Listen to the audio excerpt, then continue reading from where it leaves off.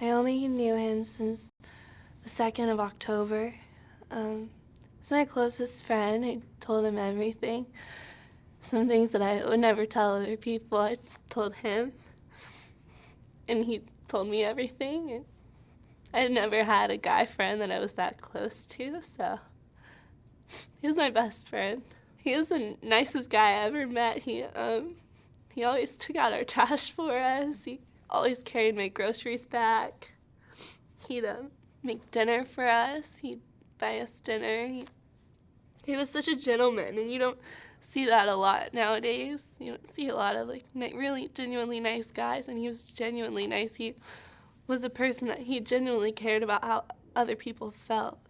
You could tell that he just really cared about everyone around him. He loved his family and he supported them in everything, but he never wanted to be treated differently because of it. He never, like if a restaurant was busy or something, he wouldn't go be like, "I'm Marie Osmond's son, let me in." Like, nothing like that. He was too nice to do anything like that. He didn't want to use that to try to get him ahead in anything. He just wanted everyone to like him for who he was, and he knew that we did, and that's why he told us.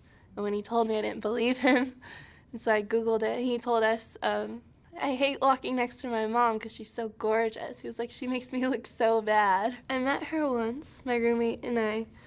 She was coming to take him out to dinner, and we were like, "Oh, we want to meet your mom." And he was like, "Yeah, come down and meet her." So my roommate and I went down, and she was so cute. She was like, "He's so cute." She was like, "I love him so much."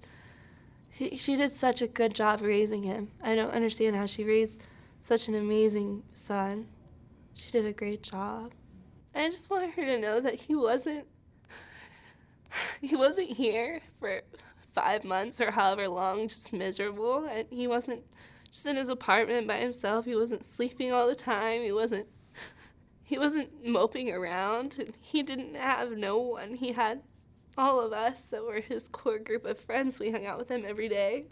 We went out and did fun things. We all had a Christmas together. We had a secret Santa, but everyone ruined it. We knew who everyone had, and he gave me this necklace. And just that he wasn't sad. He was happy. I felt like we were making him happy, and that he made us really happy. We all loved him so much, and we don't know what we're going to do without the life of the group here with us. I was working all day, and he texted me and said, "Hey, what time do you get off work?" At 4:30, and I said, "Oh, I get off at 8." And he said, "Okay, well, let's hang out when you get home," which wasn't weird because we hung out every single day. And the night before, I got straight to his apartment from work because we just always hung out. And so I said, "Okay, I'll call you when I get home." And I got home, and I texted him, and I said, "I'm home." And he said, "Okay, I'm outside making a few phone calls." He was like, "I'll be up in a minute, and you can come over." And I said, "Okay, text me when you're home." And he texted me, and he's at 9:23, and he said, "There's a letter for you on my bed." And immediately, I know it's lame, but immediately I thought it was weird because he never says "there is." He would always say "there's," and little things like that you notice when you text someone so much. And he said, "There's a letter for you on my bed." And I texted back because I had no idea. I said, "From who?" I thought he got my mail or something like that. And then I realized that I started thinking about it, and I was like, what is he talking about? I should go see. So I called him twice. He didn't answer, and I ran downstairs to his apartment. His roommate let me in. I went to his room, and I found the letter. And I didn't even read the whole thing. I just skimmed it, and I saw a few things, and I knew what it meant. And then I heard sirens, and his roommates were asking me what was wrong, and told them to read the letter. And I ran out on the balcony, and I looked down, and I saw him laying there with the police all around him. It didn't say, I want everyone to know that it didn't say anything about, "Oh, I don't fit in," "Oh, I don't have any friends."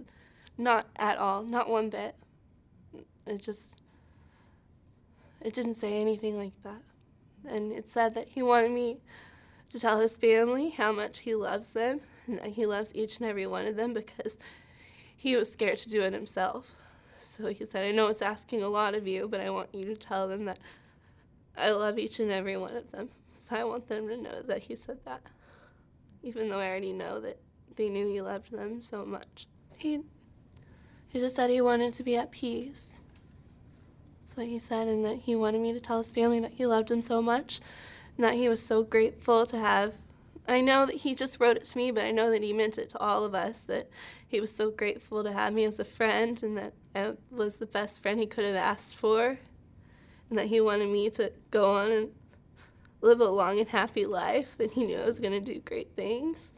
I don't want them to remember him for how he died or what he did. I just want them to remember him as the nicest person I've ever met, most genuinely nice person I've ever met, and as a happy person who loved his family and he loved his friends.